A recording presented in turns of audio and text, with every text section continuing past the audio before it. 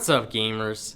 This week on Movie Snobs, we will delve into the secret world of Olympic cheating as we investigate the 2017 documentary film, Icarus. Icarus opens as journalist Brian Fogel is in the planning stages of an expose on the use of performance-enhancing substances in sports. He plans to use steroids in order to win an infamously difficult bike race, and to prove how easy it is to get away with steroid use.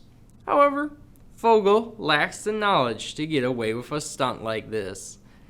However, he manages to gain contact with a verifiable steroid genius, Grigory Rodchenkov, lead scientist of the Russian anti-doping agency.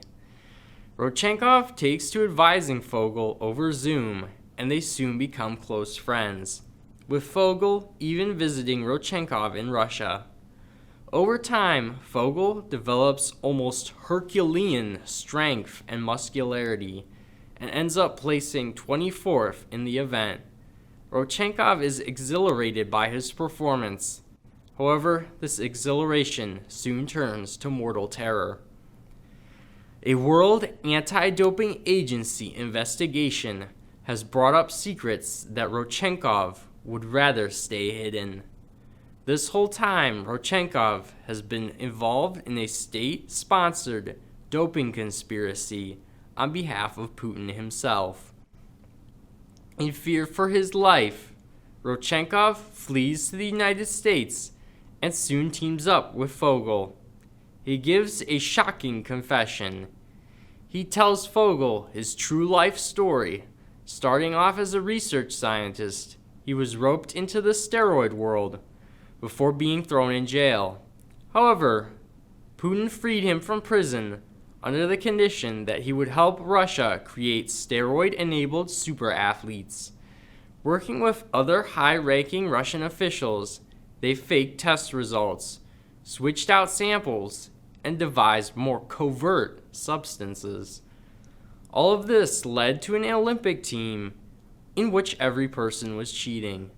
With the feds closing in, Rodchenkov releases his information to the New York Times in a desperate bid to stave off an assassination attempt by the Kremlin.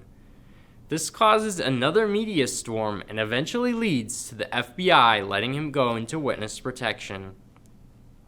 As Rodchenkov departs from Fogel, he offers thanks as he is finally able to tell the truth after a lifetime of deception. Overall, Icarus was a dramatic and impressive display of the truth behind Russia's athletic aggression. As the story developed, viewers were presented with clear evidence that Putin and his associates were and are unwilling to comply with the norms of international sport.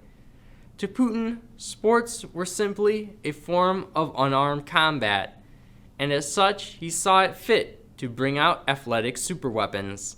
In fact, Rodchenkov himself drew a connection between the seizure of Crimea and Russia's Olympic actions.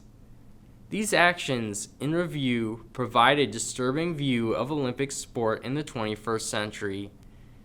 It makes me question the Olympic institution as a whole. In my opinion, mutual respect and appreciation are critical weapons in the fight against doping. As long as athletes are only valued for their medal count, dishonest individuals and nations may be tempted into cheating. Going forward, the IOC needs to involve the athletes themselves in decisions, and it needs to implement policies to promote universal values of health and the pursuit of happiness through sport. Overall, I felt Icarus was a touching tale of friendship as well as a serious expose of the sporting world and a prophetic glimpse of Putin's fate. It was well put together, escalating dramatically in the second half, and incorporating many interviews and clips of TV footage. I would definitely recommend Icarus to anyone interested in sports or documentaries in general.